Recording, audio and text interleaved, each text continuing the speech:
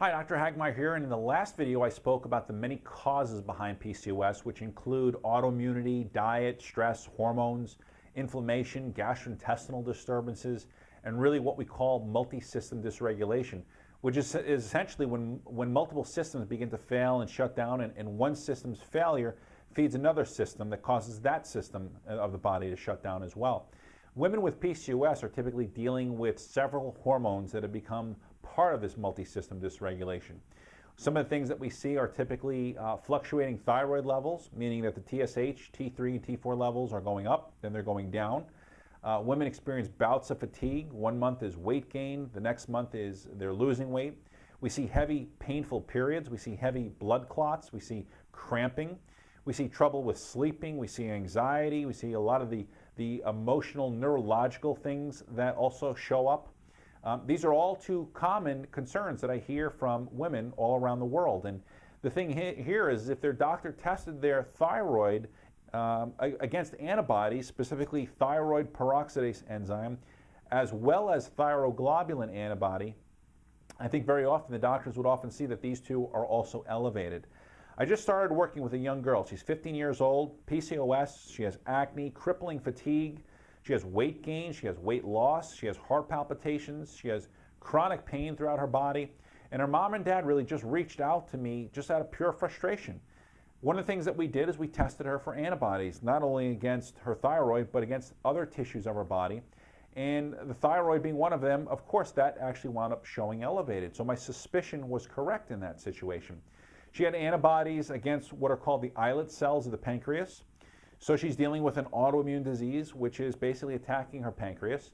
And again, as you can see here, taking more and more thyroid medication for these unmanaged symptoms really is not going to fix the problem. More metformin will never correct the problem. Some things I want women to be aware of when it comes to PCOS is outside of the thyroid connection. We also see high amounts of androgens, DHT, androstenedione, testosterone.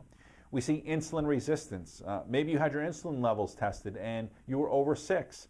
That's not good. That's a problem with insulin resistance. Maybe you had a hemoglobin A1C that was over 5.6, or a regular fasting glucose that was over 100.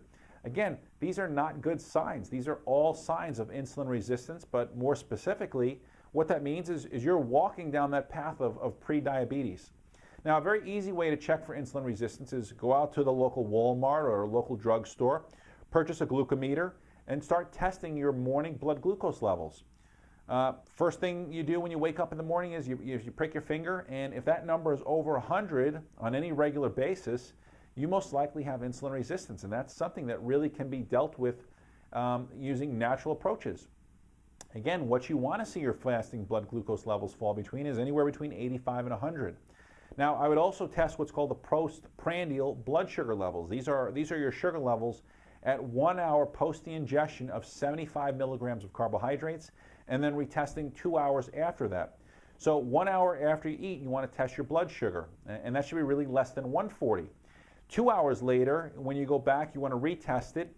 You want it to be less than 120, okay? So if you're not around these numbers, here again, you're dealing with a blood sugar problem that is in part of your PCOS. Some of the other factors that can influence these different hormonal shifts are things like genetics, as in the case of an autoimmune disease, enzymes that are part of the hormone conversion of estrogen into testosterone. There's also all sorts of environmental stressors that we're hearing and learning more about every day.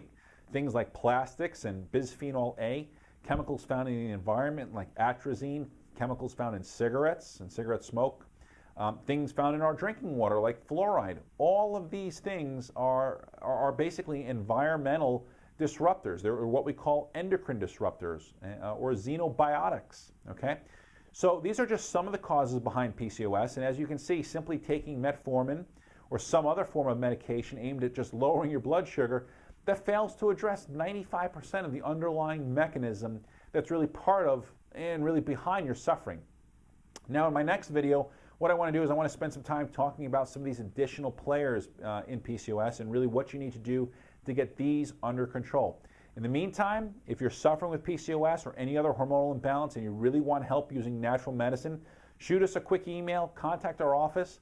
Let's figure out what's causing your problem, and let's get you back to feeling good again. All right? So till next time, take care. I'm Dr. Hagmeyer.